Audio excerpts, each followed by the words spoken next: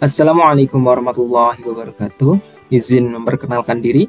Nama saya Rizky Pangestu, NPM 211506182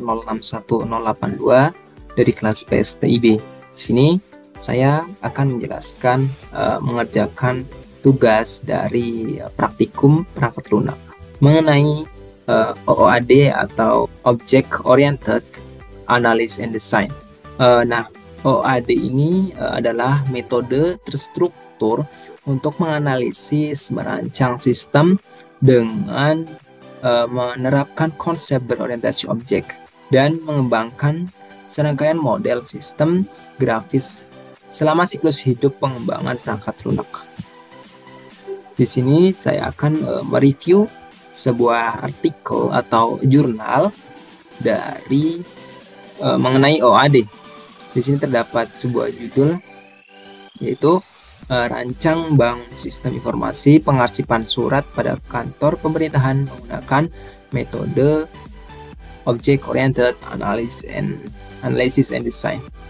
Nah, di sini menggunakan metode OOAD. Mengapa menggunakan metode OOAD ini? Karena metode tersebut itu memiliki keunggulan yang terbagi menjadi dua tahapan, yaitu Object Oriented Analysis, proses pengidentifikasian terhadap kebutuhan-kebutuhan, tujuan dari aplikasi dan atau sistem yang nantinya akan dibuat, dan Object Oriented Design, perancangan terhadap proses-proses yang akan terjadi di dalam sistem meliputi perancangan aplikasi. Oleh karena itu, judul dari jurnal ini yaitu Rancang Bangun Sistem Informasi Pengarsipan Surat pada Kantor Pemerintahan menggunakan metode OOAD. Karena untuk lebih secara efektif dan efisien, sehingga itu dapat mempermudah kinerja dari petugas di kantor kelurahan Lurah Desa Kubu 1. Kemudian di sini juga terdapat pendahuluan dari jurnal ini. Kita langsung saja fokus ke metode penelitiannya menggunakan metode Object Oriented Analysis Design sebagai perancangan sistem pengarsipan surat pada kantor pemerintah. Di sini juga terdapat alur metode dari penelitian OOAD ini. Pertama itu terdapat start. Mungkin ini gambarnya kurang jelas. Biar saya jelaskan, ini terdapat start pertama, mulai, kemudian mengidentifikasi masalah menggunakan metode Object Oriented Analysis and Design atau OOAD. Kemudian juga setelah itu melakukan observasi dan studi pustaka. Selanjutnya itu terdapat dua cabang. Yang pertama yaitu analisis sistem lama, kemudian di sini juga terdapat analisis sistem baru. Kemudian selanjutnya setelah itu melakukan perancangan sistem baru. Lalu setelah itu melakukan implementasi dari sistem, dan pengujian dari sistem tersebut. Sistem tersebut akan diuji. Setelah melakukan perancangan, maka sistem tersebut akan dilakukan implementasi dan kemudian akan dilakukan pengujian terhadap sistem ini. Yang terakhir yaitu finish atau selesai.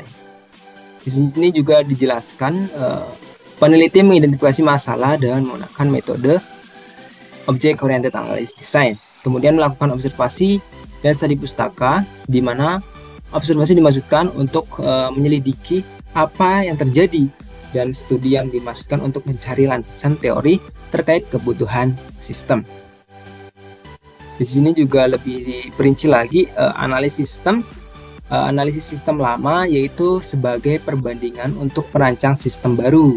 Sedangkan selanjutnya analisis sistem baru, di mana sistem lama akan diperbaharui dan diperbaiki sesuai dengan kebutuhan pengguna di kantor lurah karbon tersebut. Jadi sistem baru itu di mana sistem lama itu akan diperbaiki atau diperbarui lagi. Kemudian selanjutnya melakukan perancangan sistem baru.